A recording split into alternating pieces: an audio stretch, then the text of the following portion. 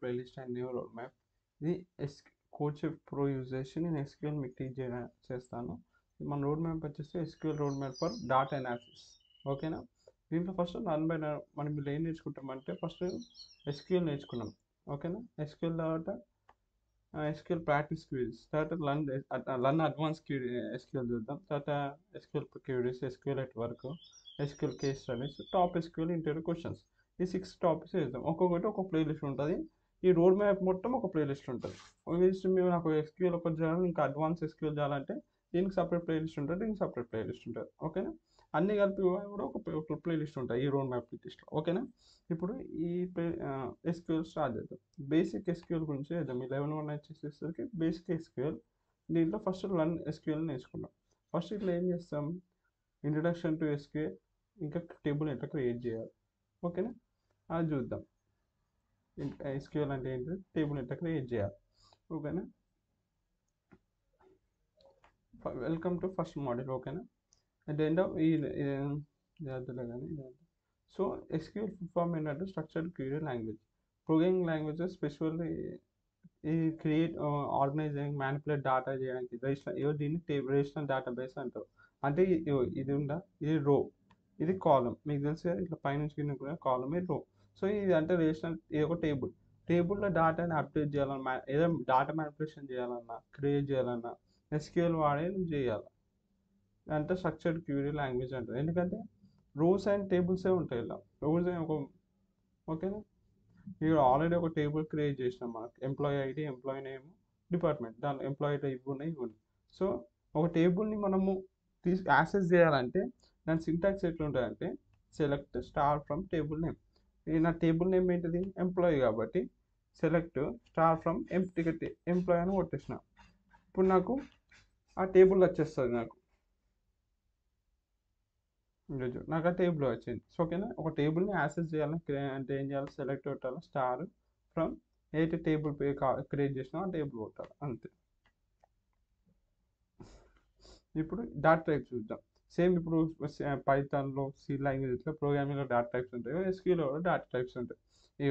Integer 3, 4, 5 ఇవి integer types. పేర్లు ఉంటాయి చూసిన, సీక్వెన్స్ ఆఫ్ క్యారెక్టర్స్, వాటిని టెక్స్ట్ డాటా టైప్ ఉంటాయి.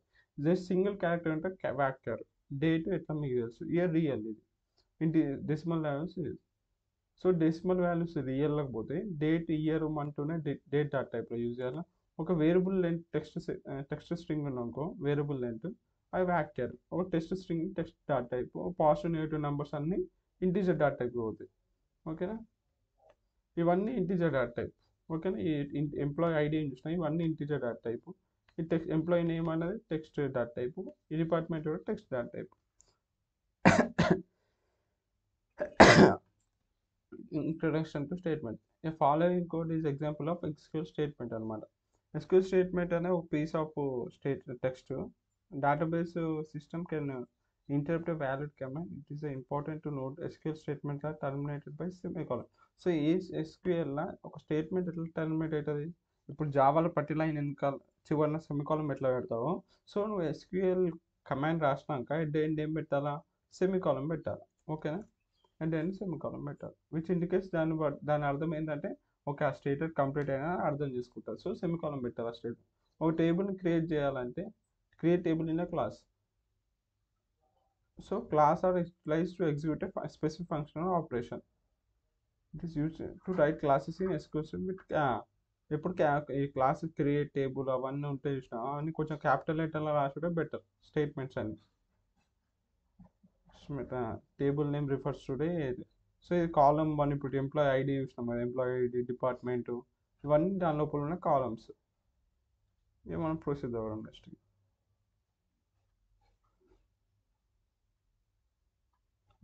ER diagram.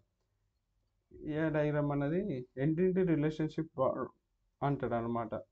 ఇది ఒక blueprint of database. First ఒక డేటాబేస్ గీసేబట్టు ఈఆర్ గీస్తాం, చూపిస్తాం. ER diagram. సో ఒక డేటాబేస్ అంటే తెలుసు కదా, ఒక టేబుల్ గీసే ముందు ఈఆర్ డయాగ్రామ్ గీసుకుంటాడు. ఫస్ట్ ఈఆర్ డయాగ్రామ్ అనేది ఒక ఎట్లా అంటే ఇది ఒక స్కీమా లాగా. ఇప్పుడు ఒక బిల్డింగ్ కట్టాలంటే డైరెక్ట్ బిల్డింగ్ కట్టాము కదా, ఫస్ట్ ఒక ప్లాన్ గీస్తాం. సేమ్ ఈఆర్ డయాగ్రామ్ కూడా ఎంటిటీ రిలేషనల్ డయాగ్రామ్. సో ఒక టేబుల్ క్రియేట్ చేసినప్పుడు, ఒక రిలేషన్ డేటాబేస్ క్రియేట్ చేసినప్పుడు ఇట్లా తీసుకుంటారు. Student, study and course. ఇక స్టూడెంట్ అనే ఒక కాలం అవుతుంది, కోర్స్ అనే ఒక కాలం అవుతుంది. ఇవి ఎంటిటీస్. స్టూడెంట్కి ఏముంటుంది? Student ID, student table, student age, ఇదంతా ఒక టేబుల్. కోర్స్ అనేది కోర్స్ ఐడి, కోర్స్ కాలం, ఇదంతా ఇది ఒక టేబుల్. దానికి ఉన్న ఈ కాలం ఐడి, కాలం వీటిని యాట్రిబ్యూట్స్ అంటారు. సో ఈ స్టడీ అనేది రిలేషన్, స్టూడెంట్కి కోర్స్కి ఉన్న రిలేషన్. ఎంటిటీస్ ఏమవుతుంది? ఒక కాలేజ్ డేటాబేస్కి స్టూడెంట్, కోర్సు, అట్లా అనమాట. దీంట్లో ఎంటిటీ డయాగ్రామ్ గీస్తారు. ఇది ఒక విజువల్ ఎట్లా డాటాని ఆర్గనైజ్ చేయాలి డేటాబేస్లో అనేసి ఈ డయాగ్రామ్ యూస్ చేస్తారు. మ్యాప్స్ ఇది ఏం చేస్తుంది? Relationship between different information. ఎట్లా ఇప్పుడైతే చూడు, స్టూడెంట్కి ఈ 3 యాట్రిబ్యూట్స్ ఉంటాయని తెలిసింది. స్టూడెంట్, స్టడీ అండ్ కోర్స్, ఇట్లా రిలేషన్షిప్ తెలుస్తుంది. దీని లోపల ఏఆర్ డయాగ్రామ్ ఏమి ఉంటాయి? ఎంటిటీస్, యాట్రిబ్యూట్స్, రిలేషన్స్ ఉంటాయి. ఎంటిటీస్ 2 రకాలు: strong entity, weak entity. Attributes key attribute, composite attribute, multi valued, derived చెప్తా వన్ బై. ఇక రిలేషన్షిప్ అంటే 1 to 1, ఇది 1 to 1 రిలేషన్. ఎందుకంటే ఇక్కడ ఒక సైడ్ ఉంది, ఇక్కడ ఒకటి ఉంది, కానీ 1 to 1 రిలేషన్ అవుతుంది. అదే ఒక అటు సైడ్ 2 ఉన్నాకో 1 to many. ఇటు మెనీ ఉండి అటు ఒకటి ఉంటే మెనీ టు 1. ఇటు మెనీ ఉంటే entities many to many relationship అవుతుంది. ఎంటిటీస్ అంటే కలెక్షన్ ఆఫ్ సిమిలర్ ఐటమ్. ఇప్పుడు ఇది స్టూడెంట్ అనేది ఒక ఎంటిటీ, కోర్స్ అనేది ఒక ఎంటిటీ అవుతుంది. సో ఎంటిటీ అనేది ఒక ఆబ్జెక్ట్ ఆర్ థింగ్ అనొచ్చు రియల్ వరల్డ్. అది వేరే ఆబ్జెక్ట్స్తో డిస్ట్రిబ్యూట్ అవుతుంది. ఇన్ ఫిట్నెస్ ట్రాక్ ఎగ్జాంపుల్, ఇప్పుడు ఒక ఫిట్నెస్ ట్రాక్ ఎగ్జాంపుల్ ఏమంటుంది? యూజర్స్, వర్కౌట్స్, యాక్టివిటీస్, కోర్స్, ఇవన్నీ వాటి ఎంటిటీస్ అవుతాయి. ఎంటిటీస్ ఏంటంటే ఒక సిమిలర్ టైప్స్ ఆఫ్ ఎంటిటీస్ అన్నీ కలిపితే ఒక ఎంటిటీ సెట్ అవుతుంది. ఇప్పుడు ఆల్ యూజర్స్కి ఏముంటుంది? సిమిలర్ అట్రిబ్యూట్స్ ఉంటాయి, యూజర్ ఐడి, నేమ్, ఇవి. సిమిలర్ ఆల్ వర్కౌట్స్ ఎంటిటీ సెట్కి ఏముంటాయి? Workout ID, user ID, date, ఇవన్నీ ఉంటాయి. సో ఎంటిటీ సెట్ అనేది group of similar entity type అని తెలుసు. క్యారెక్టర్స్ ఆఫ్ ఎంటిటీ ఏంటంటే contents entities of same type, share common structure. Set of a ఇది type of 2 entities ఉంటాయి, ఒకటి స్ట్రాంగ్ ఎంటిటీ, ఒకటి వీక్ ఎంటిటీ.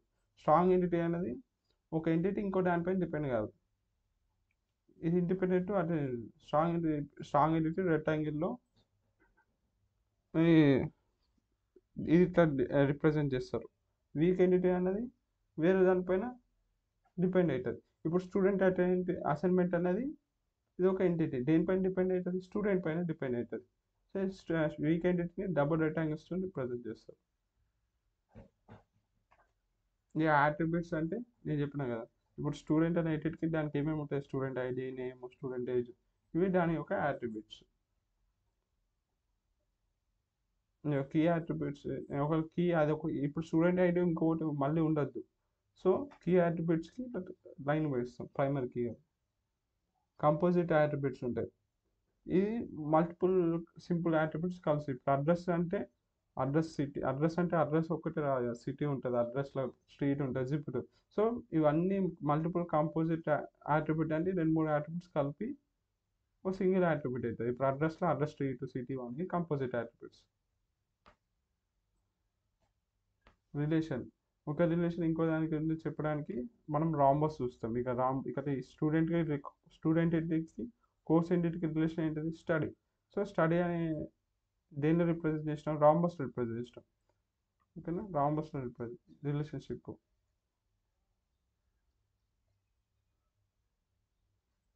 ఇప్పుడు క్రియేట్ టేబుల్ అంటారు. క్రియేట్ టేబుల్ సింటాక్స్ చూడు. ఈ క్రియేట్ టేబుల్ ఏదైతే ఉంటుందో ఇది ఒక స్టేట్మెంట్. ఓకే, ఇది టేబుల్ నేమ్, నువ్వు నీకు నచ్చిన టేబుల్ నేమ్ తీసుకోవచ్చు. అలా నేను 3 కాలమ్స్ పెట్టుకున్నాను: student ID, student name, department. Student ID ఎప్పుడైనా 1 to 3 ఇస్తారు. సో అయితే ఇంటీజర్ డేటా పెట్టి ఇంటర్ రాసిన. స్టూడెంట్ నేమ్ ఎప్పుడైనా టెక్స్ట్ ఉంటుంది, అందుకే ఇక్కడ టెక్స్ట్ డేటా టైప్. ఇక డిపార్ట్మెంట్ టెక్స్ట్ ఉంటుంది, టెక్స్ట్. ఇది అంతా స్టేట్మెంట్ అయిపోయింది కాబట్టి ఇక సెమికాలన్తో ఇంట్ చేసిన. సో అందుకే ఇక్కడ మనం పెట్టినప్పుడు ఇక్కడ మనకి టేబుల్ క్రియేట్ చేసి ఇట్లా ఇచ్చిండు, ఫిల్ చేయమంటుండు. సో స్టూడెంట్ ఐడి అనేది ఏంటిది? Integer data type.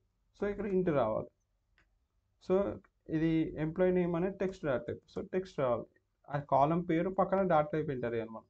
డిపార్ట్మెంట్ కూడా టెక్స్ట్, సో టెక్స్ట్ ఎంటర్ చేసిన, సబ్మిట్ కొట్టిన. సో అట్లా నాలెడ్జ్ చేసినా కాబట్టి నేను మళ్ళీ రీసెర్చ్ చేసి మీకు చెప్తున్నా.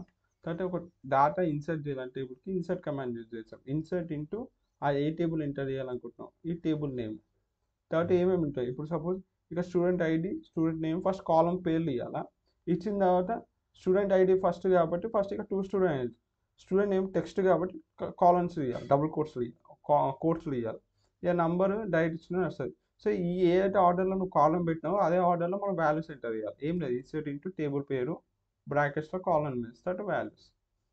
తర్వాత ఇట్లా ఒకవేళ మల్టిపుల్ వాల్యూస్ ఇన్సర్ట్ చేయాలంటే కామా పెట్టి ఇంకొక వాల్యూ ఇన్సర్ట్ చేయాలి. సో వీడు ఒక టాస్క్ ఇచ్చిండు. ఏం టాస్క్ ఇచ్చింది చూడు. So write 2 queries to employee టేబుల్కి ఇవన్నీ ఇన్సర్ట్ చేయమంటారు. సో ఇన్సర్ట్ పెట్టి ఇంటూ అని పెట్టి దేని లోపలికి ఇన్సర్ట్ ఇంటూ టేబుల్ పేరు ఎంప్లాయ్. సో ఎంప్లాయ్ టేబుల్ పేరు ఎంప్లాయ్ ఇచ్చేసినాక దాని లోపల ఏం కాలమ్స్ ఉన్నాయి. ఫస్ట్ ఎంప్లాయీ ఐడి ఉంది, ఎంప్లాయ్ ఐడి. సో ఫస్ట్ ఆ కాలమ్స్ అన్ని ఎంటర్ చేసుకోవాలి. తర్వాత ఏముంది employee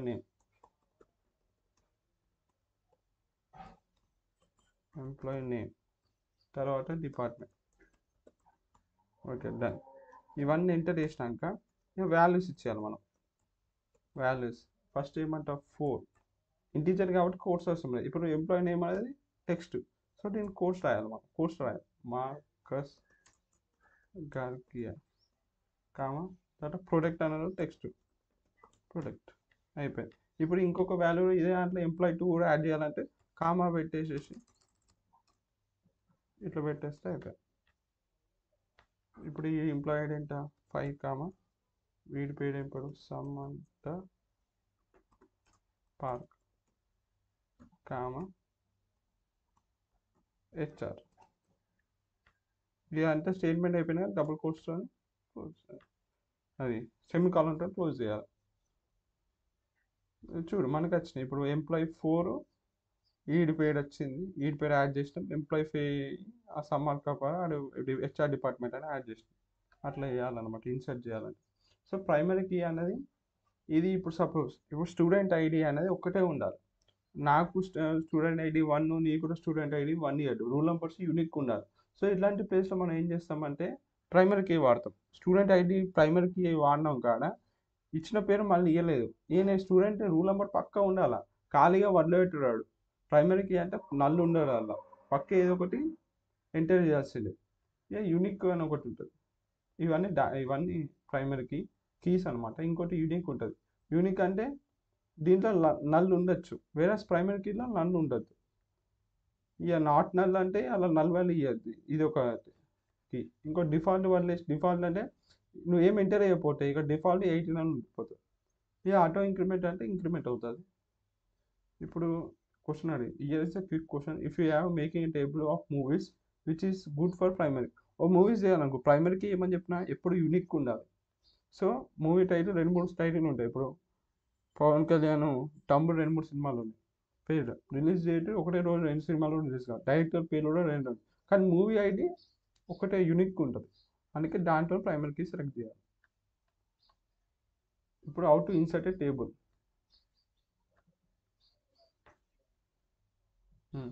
how to insert a table. వీడు మనకి ఇచ్చిండు ఎంప్లాయీ ఐడి 6 నేమ్ ఇచ్చిండు. Write a query to add the below mention the employee.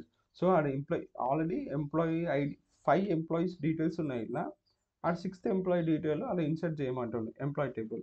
ఇప్పటికే ఏం చేసినాం కదా, ఇన్సర్ట్ ఇంటూ టేబుల్ పేరు ఏంటిది, మన టేబుల్ పేరు ఎంప్లాయీ. టేబుల్ పేరు ఎంప్లాయీ ఇచ్చేసేసి మళ్ళీ ఫస్ట్ కాలం పేర్లు ఇవ్వాలి. ఇక మనం ఎంప్లాయీ ఐడి ఒకటి కామా ఎంప్లాయీ నేమ్ ఒకటి కామా డిపార్ట్మెంట్. డన్. తర్వాత ఇప్పుడు వాల్యూస్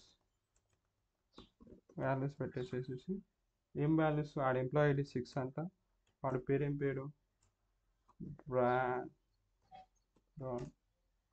క్యూ కామా ఏ డిపార్ట్మెంటు ఆపరేషన్స్ అయిపోయింది కాబట్టి సెమికాలన్ ఒకటే ఎర్రర్ వస్తుంది. ఇప్పుడు 5 ఎంప్లాయీస్ ఉన్నారు, 6th ఎంప్లాయీ డీటెయిల్ ఇన్సర్ట్ అవుతుంది. ఇగో 6th మనం రాసింది ఇక్కడ ఇన్సర్ట్ అయింది.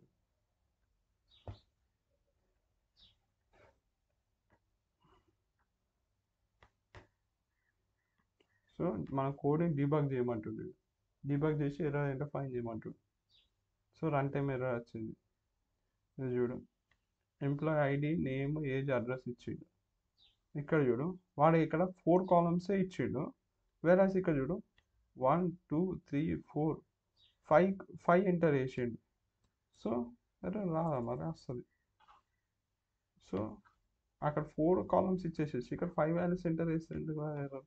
ఇప్పుడు తీసుకుంటుంది. ఐ అనేది ఐడిలోకి పోతుంది, జాన్ స్మిత్ ఏదైతే ఉందో అది నేమ్లోకి పోతుంది, 25 ఏజ్లో పోతుంది, ఇది అడ్రస్లోకి పోతుంది. వేరే ఇప్పుడు ఒక టెస్ట్ ఇచ్చింది కాబట్టి ఎర్రర్ వచ్చింది. ఇక్కడితో మన క్లాస్ అయిపోయింది. Introduction to SQL.